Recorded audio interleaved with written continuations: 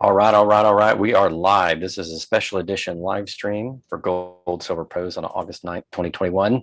Special edition because we're going to be talking about the precious metal smash that occurred over the weekend where about 4 billion in notional gold was dropped on the market, as well as everything else that is going on in the precious metals market. And we're going to go and review Andrew Maguire, the interview we had with him back in June. We're going to let everything load before we do that, guys. So give it just a few minutes while we do that. Thank you, everybody, for joining. Michael Sarah's here. Lee Justo is here. John Bethea, Rusty Bent Hammer is here. Kristen Rowe is in the house. Thank you, Kristen, for joining. Real L is here. Alex Mack is here. Justice Junkie Prepping Passions. I like that name. Is here. Ray Gayal is here. Once an Exile, Electrodynamic Orb, and others are here. Thank you, everybody, for joining. We'll give it a few moments before we continue with the presentation. Want to make sure that YouTube is notifying everybody and that everybody gets a chance to join before we get into the details. Again, gold and silver were smashed. We're going to go over the COT reports and the COMEX reports in gold and silver. We're then going to go revisit our interview with Andrew Maguire that we had back on June 16th and play a couple of those sessions for you. Now, I am on a weak broadband connection, so I'm going to do my best to play those Andrew Maguire sessions for you. If it stutters a little bit, we'll just kind of have to fight through it. But otherwise, I think we're going to do a good job here today, guys. Again, letting the stream load. It looks like we have almost 100 concurrent users. We'll give it another minute before we jump right into the stream. Thanks, everybody, for joining and being a part of this.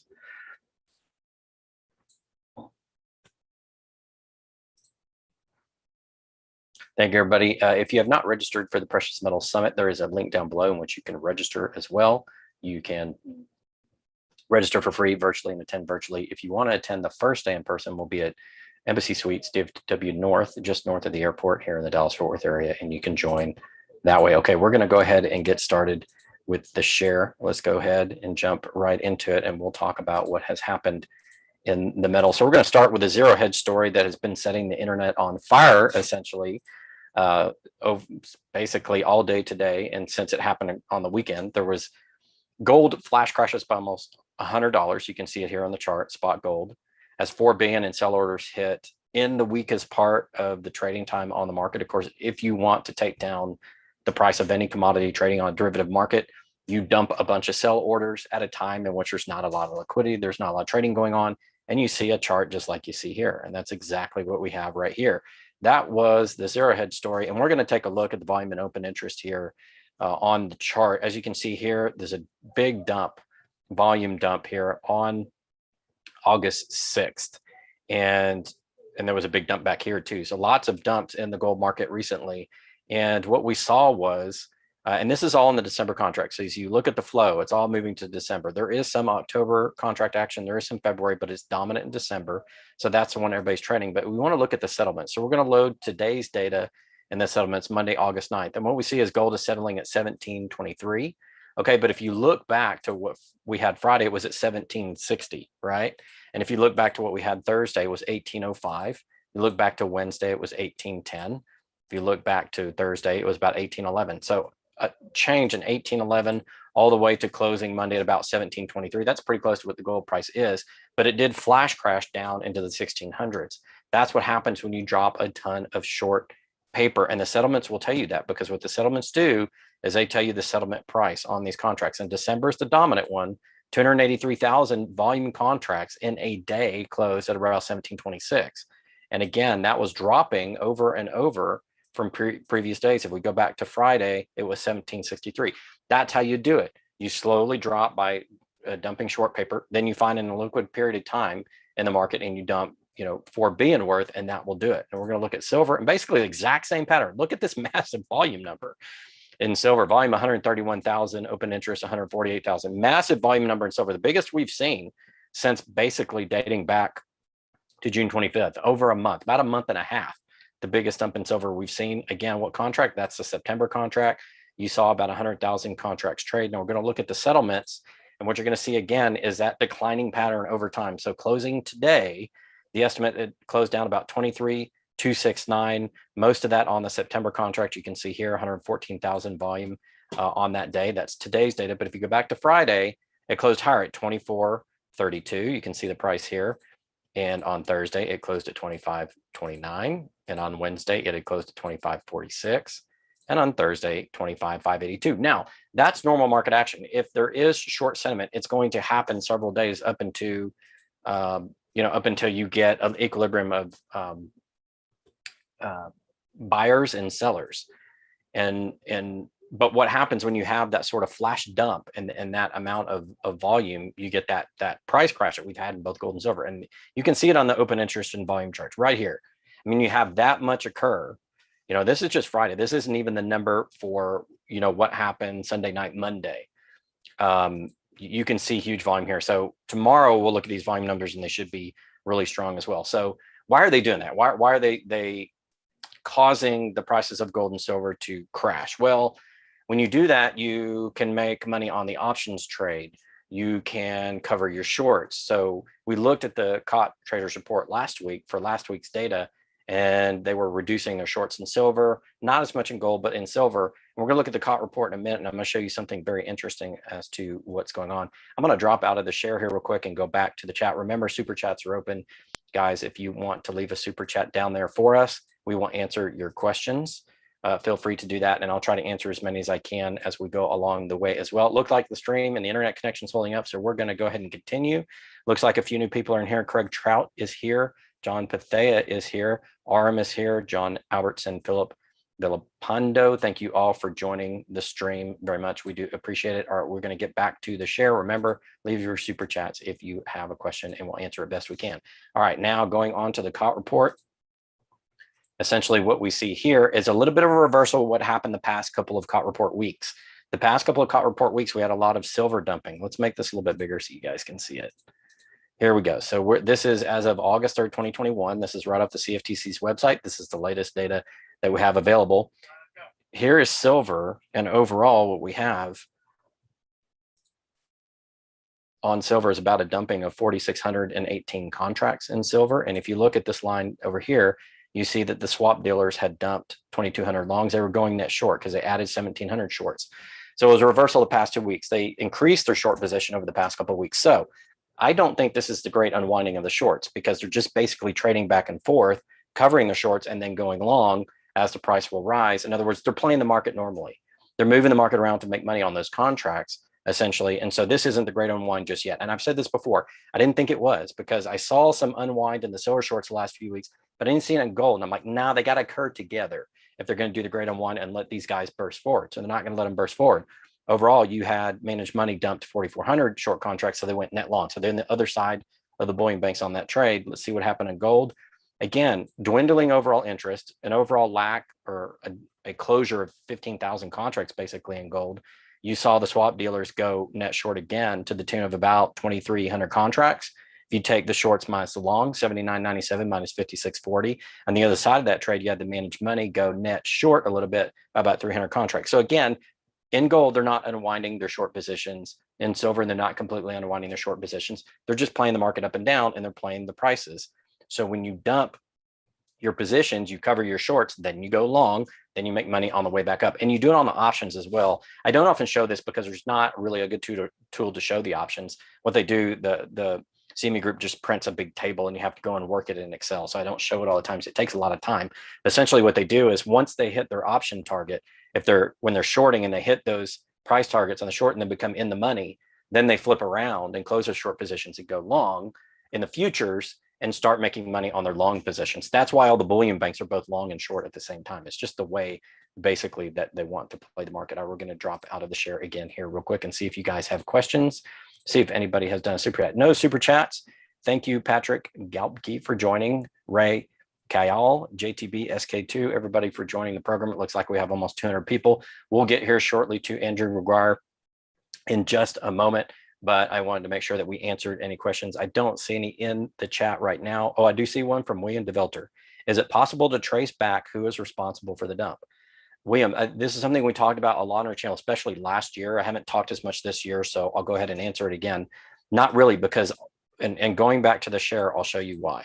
Essentially, we just have aggregate data. We don't have the individual participants. Like, for example, we can tell the producer merchant category We can tell the swap dealer, which is the bullion bank category. We can tell the managed money category or other reportables, but we don't get individual positions. In other words, from an accounting perspective, we don't get the ledger that basically the exchanges have. The exchanges have the ledger. They know who's trading it out. And not only do we not have the ledger for the actual market, we don't have the ledger for the bullion banks and the big participants in the market and who they're trading for and who their clients are.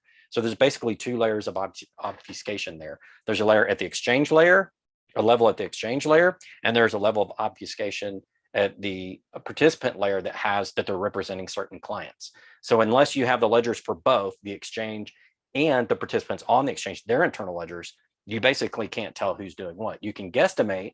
You can say, well, it's the bullion banks versus the managed money versus the producers, but you can't tell specifically who. And I don't think the exchanges can either, because one of the things that happens is when you're trading on exchange and you're representing other customers and other entities, even the exchange doesn't necessarily know who the bullion banks and all these big hedge funds are trading for, and the other reportals, big family offices, maybe it's a little bit more information, but they could be representing a cadre or a group of investors even themselves. So it's hard to get down to that, especially not with public data. We just don't have it. All right. We are going to jump over to a mining company because you guys like the mining stocks. A lot of my audience likes it. I'm going to talk about benchmark metals real quick, just for a minute, and we'll get back into Andrew Maguire, looking back at our interview from a couple of months ago. I want to announce on July 29, 2021, Benchmark begins drilling at Marmot gold silver target. So this is new, more than what they had been drilling in their existing project. So they're expanding their drilling out to a new project here. They're pleased to announce a drill rig has mobilized to begin drilling at Marmot and Marmot East targets. A comprehensive exploration plan at Marmot includes 12,500 meters planned exploration drilling to follow up on the 2020 discovery hole of 101 meters of 0.82 grams per ton gold equivalent, 2.5 grams per ton AU. In addition, 2,500 meters is planned at the adjacent East Marmot target. Both targets have significant potential for generating new at-surface gold, silver ounces. These would be brand new in addition to what Benchmark already has. The Marmot and Marmot East discoveries are 3 kilometers south of Benchmark's multi-million ounce gold silver deposit. So they already have multi-million ounce gold silver deposit. They're going after another. Good news for those that like to invest in companies that continue to add to their resources. It's located within the Golden Horseshoe of north central British Columbia. The Golden Horseshoe is a famous area that looks like a horseshoe of existing mines that have produced a lot of gold over time. So they're in the trend in British Columbia in a tier 1 district where gold has been discovered before. They already have a multi-million ounce discovery. They're going after another one. That's basically what they're saying. And a quick note from the CEO, the global 2021 drill program will add significant ounces to future updated mineral resource estimate. There is significant potential to add additional gold, silver ounces from exploration drilling to expand known zone and make new discoveries. All right, so that is the note from Benchmark Drilling. I'm going to drop out real quick and see if you guys have any questions. And then we're going to talk about Andrew Maguire. By the way, in case you guys are wondering what this is, I went up in a helicopter about a year ago in Fort Worth, and we went to Arlington, and this is over AT&T Stadium, home of the Dallas Cowboys, my favorite football team. So I wanted to throw that up for you guys. We're getting close to football season. I think we're through training camp. We're in the preseason now, getting excited about the football season. So for those of you that are coming to Dallas to see me August 19th at the Money Metal Summit, you can take a trip by here and get a tour of AT&T Stadium. If you're a Cowboys fan, or if you're a Cowboys hater, you can do it too. It's one of the coolest stadiums in the entire NFL, and it was a cool shot I got. I also got some shots of the two stadiums in Arlington, what used to host the Rangers and the new one that does host the Rangers now. So that was a whole lot of fun. All right, we're going to see if you guys have any questions in the chat. I don't see any questions down here, guys. I do see one from Jupiter Nugent. Robert, do you think the markets will eventually go to zero and we'll have a gold reset as Big Square does? When you say markets, it depends on what market. I do think there's going to be a massive crash. I think you could see the stock market go down 80 to 90%. I don't know if it's going to go to zero, but you could see it go down. Gold and silver will never go to zero. And if it does in the derivative markets, it'll be the laughing stock. People are not going to let go. They're not going to sell their gold and silver, and they're not going to give it away if that's the case. So will it go to zero? I don't know if they'll go to zero, but I do think they could fall. All right. Steve Ross Holmes has a question. Kinesis question. When I buy KEU and KEG, what am I holding? Is this a segregated bar? Am I paying spot, a premium over spot or other? So you pay, I believe, a little bit of premium over spot for that. You do not pay storage fees. Okay. And there's incentives when you buy it. And also if you want to mint. And so there's several ways you can make money in Kinesis, but even if you hold it, you make a little bit of return on your money as well. You're holding, basically they have segregated bars that are held jointly with other users, depending on how much you own. So you could buy your own bar if you wanted.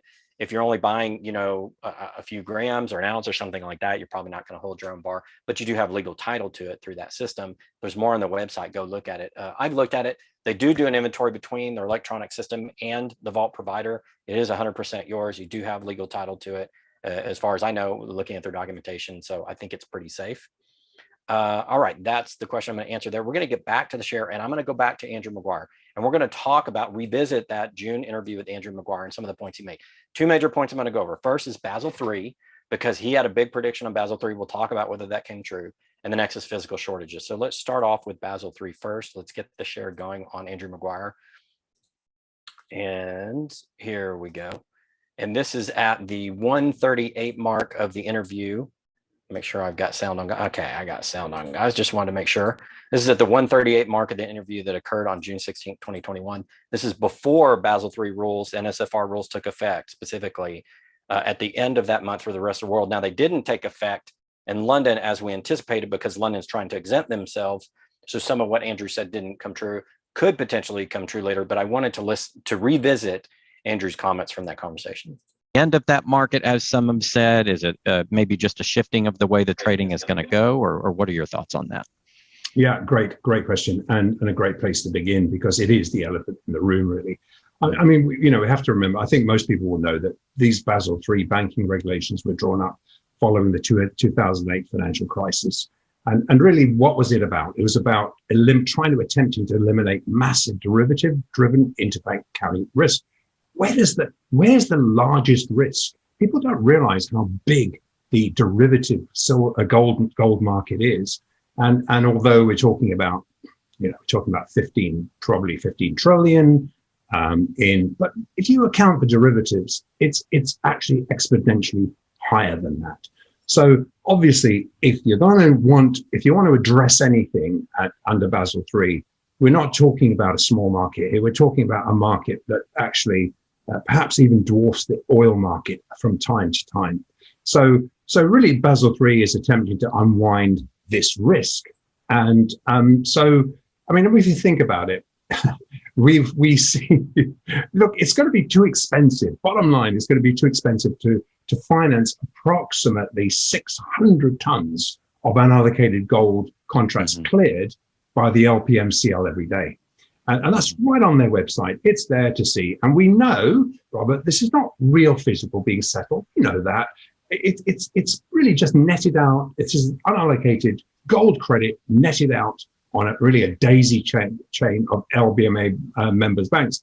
But these transactions clearly have to be sanctioned as by officials. There's no way that you could net out this amount of risk amongst banks without any real physical to back it up. Now, we're quite certain that this, what we call really working stock, is sanctioned by the BIS, and so it revolves. We know that the BIS leases and swaps and physical metal, supposedly physical metal, but these positions are actually laid on the books of the LBMA banks, privileged to have gold accounts for the Bank of England. Now we're absolutely certain, because we're in the wholesale market and we're in touch with every major desk, and we're in the wholesale business looking to buy and sell physical, and none of these leases ever come up, these swaps ever come up in physical form. And so we know that this has to be unallocated. It has to be laid on the books of these banks, and probably they will be bailed out at some point with these liabilities. So really, I think, you're wondering, well, can this be shifted to another jurisdiction? I really don't think so, because, really, when you think about it, these rules have actually already been adopted by the US, all through Europe, Asia. I think a lot of people weren't aware of the fact that the US adopted these rules a long time ago. And I think there was something recently published to confirm that. I think the OCC issued a statement, said 1st of July, US is compliant. Well, actually, I think it was already scheduled to be compliant. So really, other than London, which we know bought 6 months of grace to adopt these physical conditions, there is nowhere else to shift. When you think about it, 100 to 1 leveraged gold credit, where are you going to shift it? Well, certainly not China and Russia, nor can you shift it to the COMEX, because the paper to physical arbitrage potential would simply fracture the exchange for physical mechanism between the COMEX and the and of course the over-the-counter markets, which are 10 times the size of the COMEX. So I think the first bullish aspect of this unallocated unwind is that this will drastically reduce the volume of 100 to 1 gold, which is really diluting the what is essentially a bilaterally settled deliverable foreign exchange gold contract. So, also physical gold hedged from currency risk in Basel III will be weighted as a cash equivalent asset. So in other words, if you've got physical gold and you've hedged it in for currency risk, it's cash. So that's a first, and this is really powerful. So really, this can only be beneficial for gold buyers and sellers. It's going to help to discover a real physically driven gold price balance. And we already know that, look, there's no money to be made in plain vanilla gold bullion banking.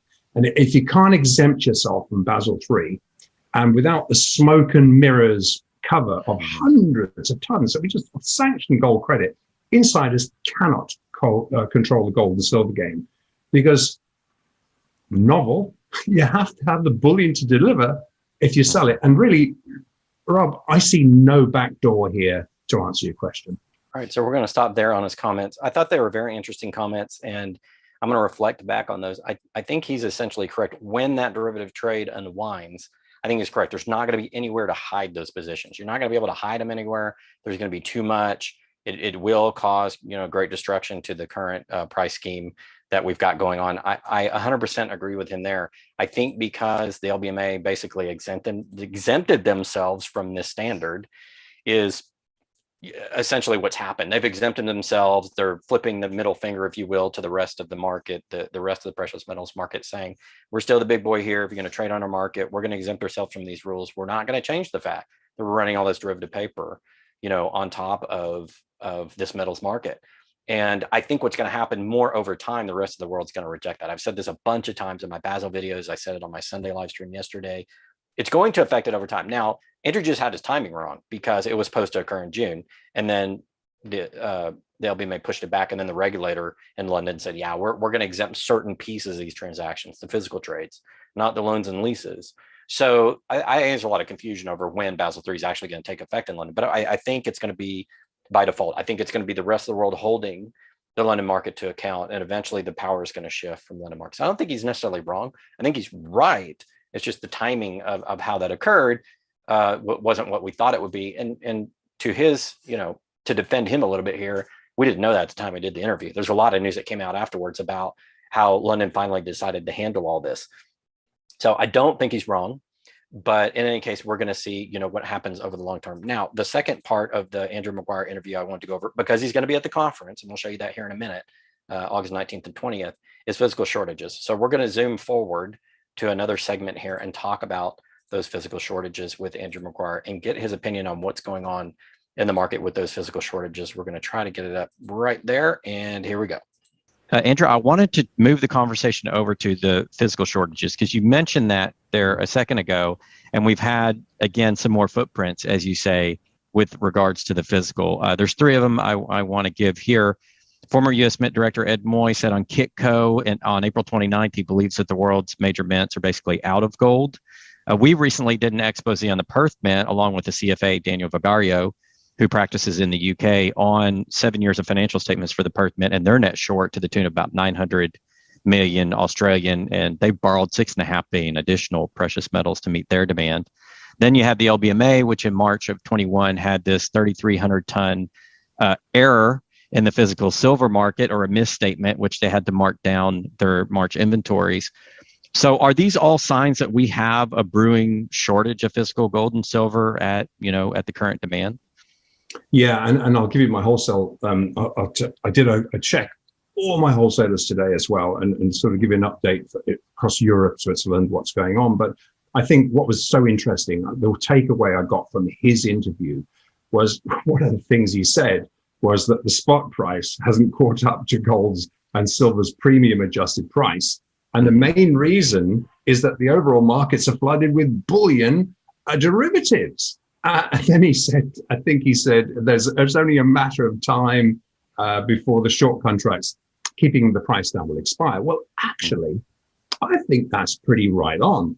And if we think about that, we've just talked about a great deal of reduction of over-the-counter, of open interest, of COMEX open interest. But this also relates to over-the-counter hedges. So I think what is left now isn't necessarily naked. I think what we're seeing far, far more is the actual, we're seeing legitimate hedging from over-the-counters, longs seeking to actually hedge their positions on the COMEX. So what we're seeing on the wholesale front is very strong T+2 gold and silver demand, which underpins dips. So in other words, if I want physical as a wholesaler, I go to the market, I lock in my spot index, my price on the spot market today at the fix, bang, that is my price. I demand delivery in 2 days and a few cents later, as long as it's not too large a size. And once I get into a ton or more, if I get even into half a ton or more, then we're talking about a premium, a significant premium. Now, specifically, as of today in Europe, the secondary market is absolutely dry for immediate delivery. The primary market is evidencing much higher premiums for delivery and delivery delays at our refineries. And I think today I looked at the American Eagle, $6 above spot. I don't know where they are in the US, but a 1 ounce gold coin, no particular description, 8% above spot. Wholesale bars, I can get wholesale bars, but size will have to be bilaterally settled as stock is being rationed to best clients. So if you just come along and you're not a regular client, you're probably not going to get what you want.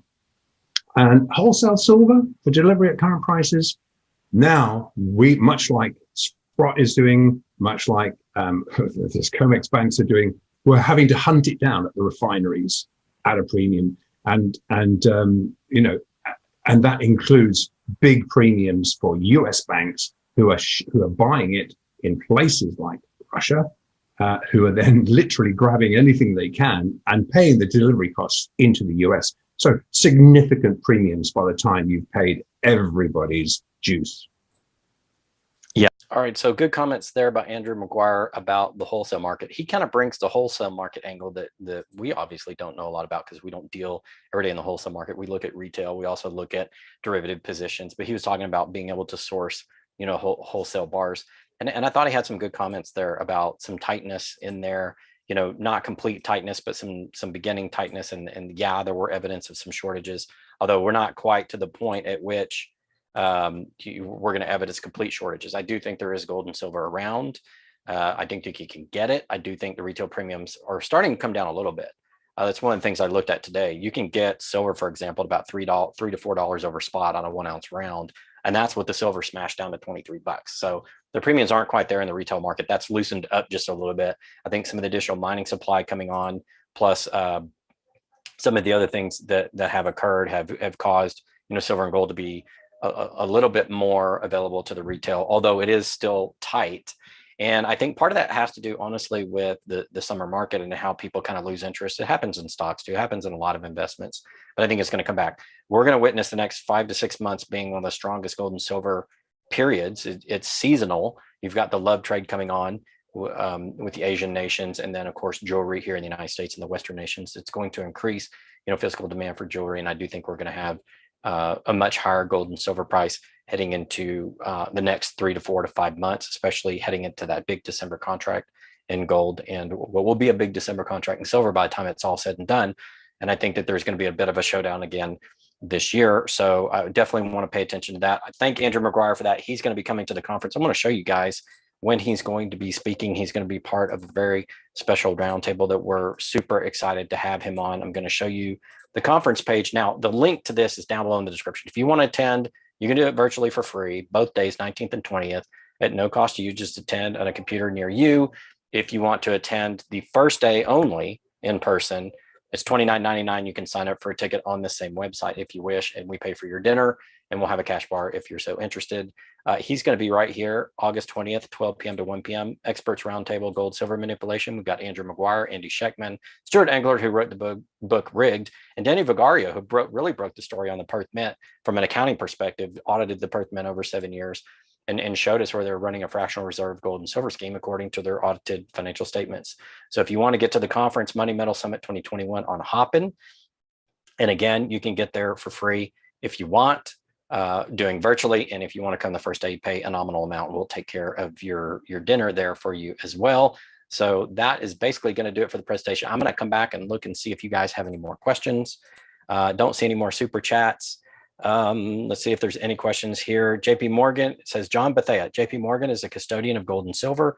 Why does the government let a bank be a custodian of anything? Because the US government doesn't want people to know what it holds, so it needs someone to be in its place. It needs an agent. And JP Morgan just happens to be one of the most powerful agents in the world, most powerful banking magnet.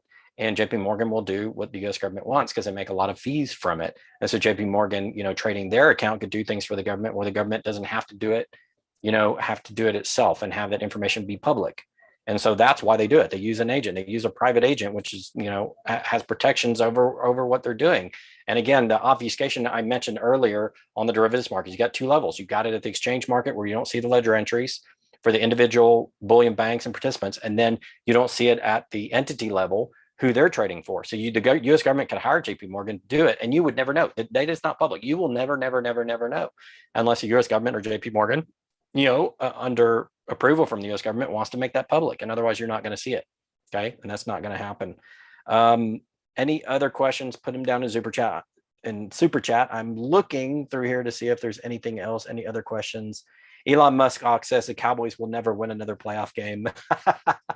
I beg to differ. They've had a rough 25 years since they won 3 out of 4 years in the Super Bowl. Hey, that happens, but I do think they have a really good team this year. Dak is back. He's healthy. They've got probably the best wide receiver trio in the game, good tight ends, good offensive line, good running back in Zeke and Tony, and their defense has improved. They brought in 7 new defensive free agent additions and 6 draft picks. So I think you're going to see a budding young defense. I think they've got a good chance at the playoffs. Michael Sarah says Niners. Of course, he's out there in Cali. I don't blame him. Hey, and you know what? Even though the Cowboys had that big rivalry with the Niners in the 90s for the dominant NFC team, I do love the Niners. Actually, they're one of my favorite teams. So Browns, I was a big fan of the Browns back in the day when I was growing up. This is back in like late 80s, early 90s.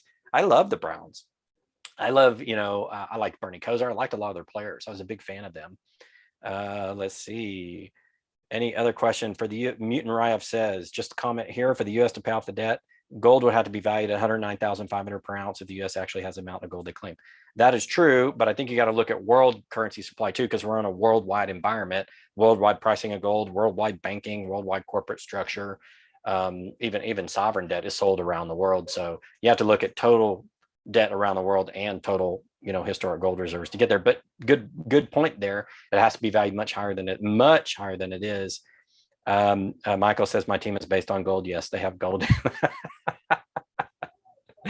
Oh, let's see.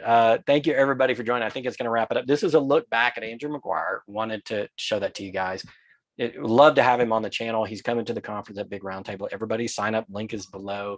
Also wanted to give you guys some up-to-date information on the big smash, the 4 billion smash in gold over the weekend that dropped it in the 1600s, and basically the fade that led up to that last week. And we saw that in the settlement positions on the CME, both in gold and silver.